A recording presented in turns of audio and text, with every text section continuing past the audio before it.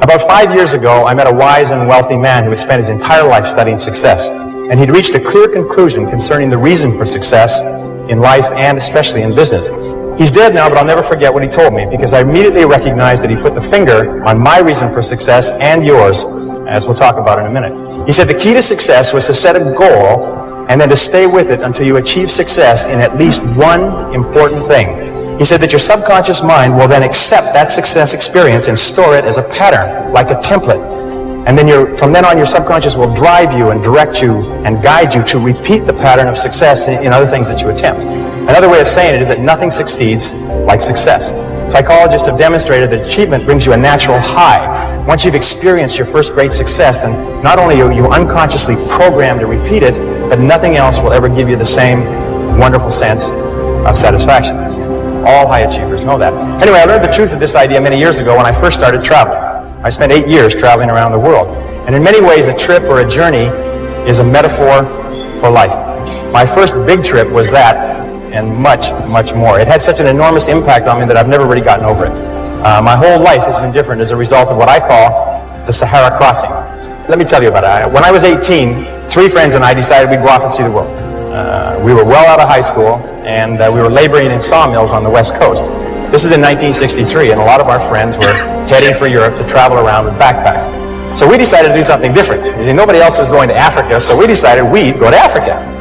Of course, it never occurred to us to ask why it was that no one else was going to Africa. And that was our first mistake. After working and saving for a year, the 4 of us piled into an old 1946 Chevy and drove out of Vancouver, bound for Montreal via Toronto. Actually, we just passed a couple of blocks from here on our way on that trip. It was late at night when we left. It was pouring rain. We were all 20 years old, and we were off to see the world.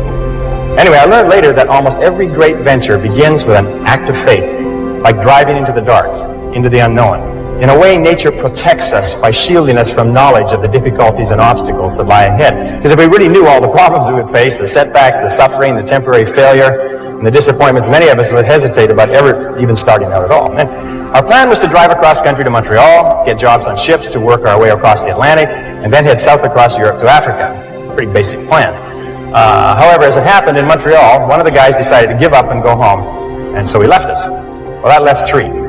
The other 2, after one day, still remember that, after one day of looking for work on the waterfront, decided to quit. Decided to quit trying and to spend their limited savings to pay their way across the Atlantic, rather than to work their way.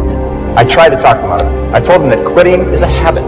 If you quit the first time you run into difficulties, you'll always quit when the going gets rough. You will, in effect, establish a pattern for failure rather than a pattern for success. But their minds were made up, so we split our savings and they took passage on a ship to England. I worked on a construction site in Montreal, hauling heavy things for the entire winter, and then I got a job on a Norwegian freighter out of Halifax in late February and arrived in England in mid-April. As I had predicted, my friends had quit and stayed in England working at odd jobs. However, we soon made up, good buddies again, and once more we headed for Africa. At this time, all we had was an 8.5 by 11-inch page about this size that had Europe and Africa all on the same map, on the same page. And it seemed to be a very simple thing to go from London, which was up here, to Johannesburg, which was down here. And it was just one page. And I mean, we sort of drew a straight line, and we thought, well, oh yes, there was a little orange part right across sort of a band right through the middle there called the Sahara Desert. But we thought, well, we'd just whip over that and get down to the green part on the map. There's no problem. Without a word of a lie, this is true. We didn't stop to think that the total distance was about 8,000 miles. See, we were big picture people. We didn't let ourselves get bogged down with details. We were young and we hadn't learned that it's the details that get you every single time. So we took a train down to London. There we bought bicycles. See, we never heard of anyone riding from London to Johannesburg on bicycles, so we decided that we would do it first and become famous. That was another mistake. We soon learned that when you ride bicycles across France in the springtime, you find that the hills are all uphill and the wind is always in your face. So likewise, I found that when you embark on any new venture, you often find the same thing. Everything seems to go wrong, usually at the worst possible time and in the worst possible and most expensive way, like starting a new business or a new career. Anyway, after 2 weeks of grinding along on bicycles, uphill the whole way, which seems like a geographical impossibility, but it's true, we said, the heck with this. We loaded the bikes on a train and we rode across France and Spain to Gibraltar. There we sold the bicycles and bought a Land Rover with our last dollar. So now we had a little problem. We were out of money. We'd exhausted our meager finances buying the Land Rover, and we didn't have enough money for fuel and equipment. So we all sat down. We considered ourselves great writers at that time. We all sat down and wrote letters to everybody that we knew, pleading for money, telling them how desperate our situation was. Sitting here looking across the Straits of Gibraltar to Africa. All we needed was just a little bit of money to get us over there. Anyway, eventually we got a little bit of money here, a little bit of money there, and then we got one big score. I'll never forget this. An uncle of Jeff's that he'd only seen once in his life sent us 100 pounds. 100 pounds at that time was $300, worth more than $1,000 today. And we were ecstatic. We were saved. So this is another lesson. Nobody ever makes it on their own. One of the great lessons of life. We all need help from others to get over the rough spots. Well, with the additional money, we loaded up with food and supplies. We took the ferry over to Tangiers in Morocco, and then we headed out of Tangiers toward the Atlas Mountains and the Sahara, full of excitement, singing as we drove down the road. 20 miles out, the radiator blew up. The radiator was just the beginning. Over the next 10 days, the steering rods bent and threw the front wheels out of alignment, so the tires blew one by one. When we got a flat tire, and we got lots of flat tires, we had to sit by the side of the road patiently, sometimes for hours, until somebody came along with the proper tools to help us change the tire. But we pressed on anyway. As we drove deeper into Morocco and over the Atlas Mountains and onto the Sahara Escarpment, we entered into a world that had changed very little in 1,000 years. There were long, long stretches of barren country roads and an occasional oasis surrounded by primitive farms, which was irrigated from wells and underground rivers. And that began an experience that I still remember quite clearly, and I think you'll be able to relate to this. By this time, I was speaking French fairly well. We could converse with the natives in the occasional small towns that we passed through. And in one town, early in our slow, halting trek across Morocco, someone asked us where we were headed. And we told them that we were going across the Sahara and into Africa. And he said, "Oh no," he said, "you can't do that." He said, "You'll die in the desert." Well, I looked up my dictionary quickly because I didn't understand the expression. "Vous allez mourir dans le buste." We then began to hear this on a regular basis everywhere we went. We'd stop in a small town, and people would bring their friends up to us and introduce us as the young men who were going off to die in the desert. Well, they seemed quite cheerful about it, but after a while, we found it kind of irritating. I mean, and by the way, these were not your average Arabs. These were Bedouin and Tuareg. These were desert people, members of tribes that lived in the Sahara for 1,000 years. I mean, they were in a position to know what they were talking about. And I learned a valuable lesson from this. I learned then, and for the rest of your life, whenever you try to do something out of the ordinary, people will line up to tell you that you can't do it, why you can't do it, that you'll lose your time, you'll lose your money, that you will, in effect, die in the desert. Even people who should know better will try to discourage you.